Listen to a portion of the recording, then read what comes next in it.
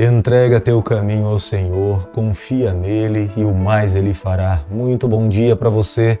Com essas palavras nós começamos mais um dia. Vamos colocar nas mãos de Deus a nossa vida, vamos colocar nas mãos de Deus os nossos anseios, vamos viver um dia de cada vez dependendo da mão do Onipotente, tendo a certeza que Ele nos dará o pão de cada dia, irá suprir as nossas necessidades a cada manhã. É por isso que pela manhã nós nos levantamos e o nosso primeiro compromisso é com o Altíssimo e queremos de fato permitir que a sua palavra e a bênção dele esteja sobre cada um de nós. Quero deixar com você nessa manhã uma parte da palavra de Deus do livro de Salmo, capítulo 113, o verso 1, onde o salmista diz o seguinte: Aleluia! Louvai, servos do Senhor, louvai o nome do Senhor. Salmo 113, o verso 1. Somos servos do Senhor. Ele é o nosso soberano. Nós estamos aqui nessa terra para servir, honrar e glorificar o nome dele. Nós iremos louvar o nome do nosso Deus por toda a eternidade. É por isso que nessa manhã, logo nas primeiras horas, você é meu convidado para que nós possamos juntos aqui estudarmos um capítulo da palavra do Senhor.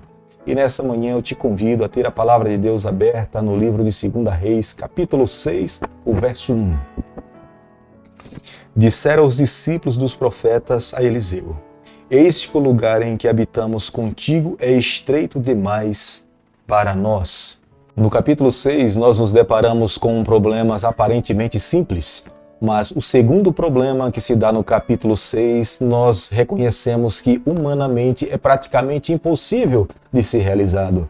Mas eu preciso dizer para você nessa manhã que nós servimos um Deus que se preocupa com os mínimos detalhes com a vida dos seus filhos. Nós servimos um Deus grandioso que nós não conseguimos mensurar. O seu poder é ilimitado. Nós não podemos enclausurar a grandeza e a majestade desse Deus. O que nós precisamos fazer é recebê-lo da forma que ele é adorá-lo. Ele espera que os seus filhos o adorem em espírito e em verdade na beleza da sua santidade. E nós, como somos os filhos do Senhor, a cada dia nós precisamos amá-lo, respeitá-lo, temer o seu nome e nós um dia o adoraremos por toda a eternidade. Quando nós analisamos o versículo 1 do capítulo que nós estamos estudando nessa manhã, nós podemos ver que Eliseu estava extremamente ligado aos alunos da escola dos profetas. Eliseu vivia constantemente ensinando e discipulando aqueles novos alunos para que pudesse servir ao Senhor. E é possível concluir que há uma escola sólida onde os alunos se reuniam regularmente para aprender e depois então saírem para exercer o seu ministério. Os alunos estavam envolvidos na construção de um lugar para que eles pudessem habitar. E para que de fato pudessem montar a estrutura, eles teriam que cortar madeiras. Como se tratava de alunos, para que eles pudessem ter ferramentas para poder construir a escola, eles tiveram que pegar um machado emprestado. E no momento em que estavam trabalhando, cortando as madeiras para construir a sua escola, o machado escapou do cabo e caiu dentro do rio. Eliseu era sabedor que para que um desses alunos pudesse pagar o preço de um machado, eles teriam que trabalhar como escravos para custear o preço do machado. É por isso que Eliseu toma a iniciativa, ora a Deus, joga uma madeira sobre as águas e o machado que é de ferro, ele flutua e Eliseu o toma nas suas mãos. Querido amigo, esse é o Deus que nós servimos. Aparentemente, um problema era muito simples. O machado tinha caído nas águas, mas Deus estava preocupado com a continuidade da construção da escola e com a vida daqueles alunos. É a razão pela qual Deus ouviu a oração do profeta Eliseu. Deus faz com que um machado flutue para que não haja necessidade de nenhum aluno ter que se tornar escravo para pagar o preço do machado. O mesmo Deus que Eliseu intercedeu é o Deus que nós temos ao nosso lado nos dias de hoje.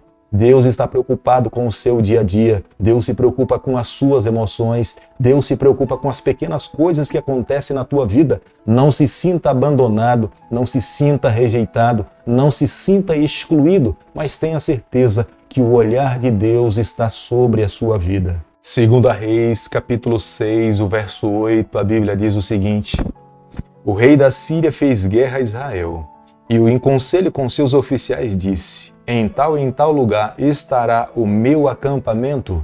O local mais bem guardado dentro de um palácio era na câmara de dormir. Era ali onde o rei, assentado, muitas vezes chamava os seus assessores e ele contava as suas estratégias de guerra. para que no momento da batalha os seus oficiais estivessem cientes de como é que eles deveriam agir diante dos seus adversários. Nesse período, a Síria ainda vivia em guerra com o povo de Israel, e muitas estratégias montadas pelo rei da Síria, Eliseu, recebendo a revelação de Deus, orientava o rei de Israel como é que ele deveria proceder, quais os caminhos que ele deveria evitar e por onde ele deveria andar para salvar a sua vida. E dessa forma, era impossível o rei da Síria conseguir atingir o rei de Israel. É por isso que o rei da Síria acredita que dentro do seu palácio existia um traidor, um Judas, e ele convoca a sua corte falando quem é que dentre eles era aquele que traía o seu reino. Mas um dos seus oficiais se volta para o rei e fala: não somos nós, é o profeta, é o homem de Deus, é Eliseu. Lá em Samaria, Deus revela para ele os segredos que nós conversamos aqui na sua câmara de dormir. Segundo Reis, capítulo 6, o verso 14, a Bíblia diz o seguinte: então enviou para lá cavalos, carros fortes e tropas. Chegaram de noite e cercaram a cidade. Era a única forma do rei da Síria conseguir calar Eliseu, era de fato matando Eliseu. É por isso que ele vai a Dotã, ele cerca a cidade. E o objetivo de fato em cercar a cidade era prender Eliseu e matar Eliseu, porque eliminando Eliseu, o segredo que ele conversava com os seus soldados no seu quarto, na sua câmara, Eliseu não contaria para o rei de Israel. E ao cercar a cidade de Dotã pela manhã, o jovem que assistia a Eliseu se levanta e ao olhar e ver a cidade completamente cercada de soldados assírios, ele se volta para Eliseu temendo e fala: o que será que vai acontecer conosco?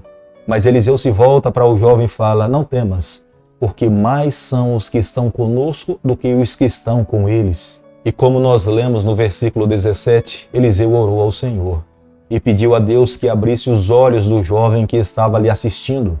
E o Senhor abriu os olhos dele e ele conseguiu ver cavalos e carros de fogo que estavam protegendo e cercando Eliseu e a esse próprio jovem. Querido amigo, nessa manhã preciso chamar a tua atenção. É dessa forma que Deus protege os seus filhos. É com cavalos e carros de fogo. É o exército do Senhor. Aqueles que se submetem à vontade de Deus são protegidos por Ele. Se nós estivermos andando ao lado do Senhor, fazendo a sua vontade, Satanás não tem poder sobre as nossas vidas. O inimigo pode jogar as suas flechas. O inimigo pode lançar os seus dardos. Mas o nosso Deus estará com seus escudos, com seus soldados, nos protegendo. E jamais nenhum dardo inflamado do maligno poderá atingir um filho fiel que se debruça de joelhos diante do Senhor, clamando por misericórdia.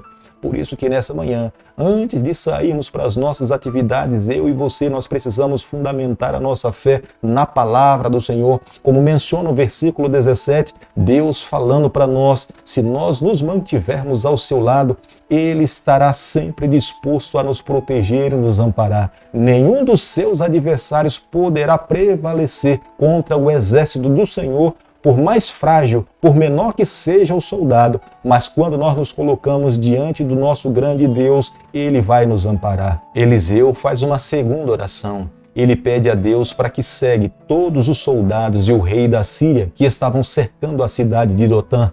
E é o próprio Eliseu que toma nas mãos o rei da Síria e os seus soldados e os conduz à cidade de Samaria. O Deus que nós servimos é um Deus missionário. Deus queria se revelar para o rei da Síria como sendo o Criador dos céus e da terra. Deus queria que o rei da Síria entendesse que só há salvação em Jesus Cristo. Deus queria que o rei da Síria entendesse que aqueles que se colocam do lado do Deus Israel sempre irão alcançar a vitória. O Deus Israel jamais conheceu uma derrota e Deus queria que o rei da Síria e o seu exército conhecesse o seu verdadeiro comandante. Foi em Samaria que, diante do rei de Israel e do profeta homem de Deus, que o rei da Síria se despede. E a Bíblia fala que depois desse encontro não houve mais investida do rei da Síria contra o rei de Israel. Segundo Reis, capítulo 6, o verso 24, a Bíblia diz o seguinte: depois disto, ajuntou Ben-Hadad, rei da Síria, todo o seu exército e subiu e sitiou Samaria. Quando um inimigo cercava uma cidade, que é conhecida como um cerco, o inimigo tentava levar o seu adversário à fome extrema. Entre o povo de Deus, comer a cabeça de um jumento era considerado como sendo um ato imundo, porque os israelitas não comiam animais imundos. E era isso que Ben-Hadad estava fazendo com a cidade de Samaria. Ele estava levando a cidade de Samaria a gastar os seus últimos recursos, ao ponto que eles não tivessem mais nada do que se alimentar. Até atos de canibalismo poderiam acontecer diante de um cerco. E isso estava acontecendo dentro da cidade de Samaria.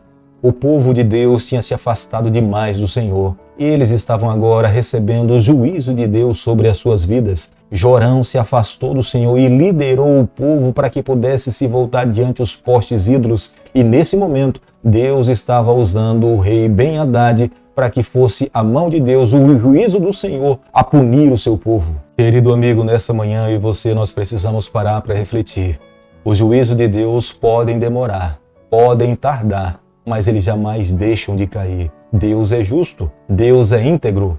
Acabe tinha sido infiel. Jorão seguiu os passos do seu pai. Acabe tinha matado Nabote, um homem inocente, como também matou os profetas e alimentava profetas falsos diante dos deuses de Jezabel. Nesse período, o juízo de Deus estava caindo sobre o reinado de Jorão. Jorão reconheceu que Eliseu não era culpado dessas calamidades, mas Deus estava por trás delas, enviando os seus juízos para que os seus filhos despertassem, acordassem, reconhecessem que há um soberano, que há um Deus criador dos céus e da terra, que ama os seus filhos. Para que eles possam receber a salvação, é necessário muitas vezes discipliná-los para que eles entendam o caminho da vida eterna. Querido amigo, nessa manhã, ao concluirmos o estudo do capítulo 6, eu e você nós precisamos parar para refletirmos nas seguintes questões. Deus se interessa na nossa vida num todo.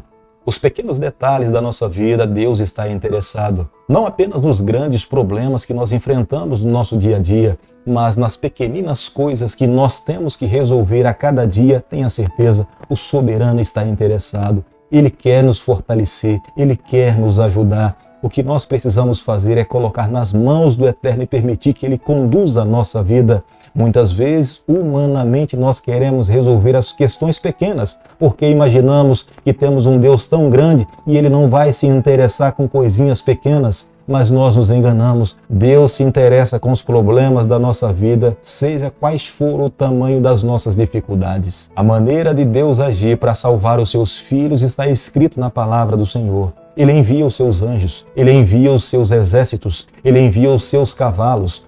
Quando nós nos colocamos nas mãos do Senhor, Deus sempre está disposto a nos amparar. Por isso que nessa manhã eu peço a Deus que a nossa vida seja amparada pelo seu exército, pelos seus anjos, e aonde nós estivermos, para onde nós formos, nós possamos sentir a mão do Eterno conduzindo a nossa vida. Querido Pai, nas tuas mãos nessa manhã nós nos colocamos, confessamos as nossas falhas, abrimos o nosso coração. Por favor, Senhor, nos aceita. Escreve o nosso nome no livro da vida. É o nosso pedido, é a nossa oração e nós fazemos em nome de Jesus. Que o Senhor te abençoe e te guarde. Que Ele faça resplandecer o seu rosto sobre você. Que Ele tenha misericórdia de você. Que sobre você nessa manhã Ele levante o seu rosto e conceda a sua paz em nome de Jesus.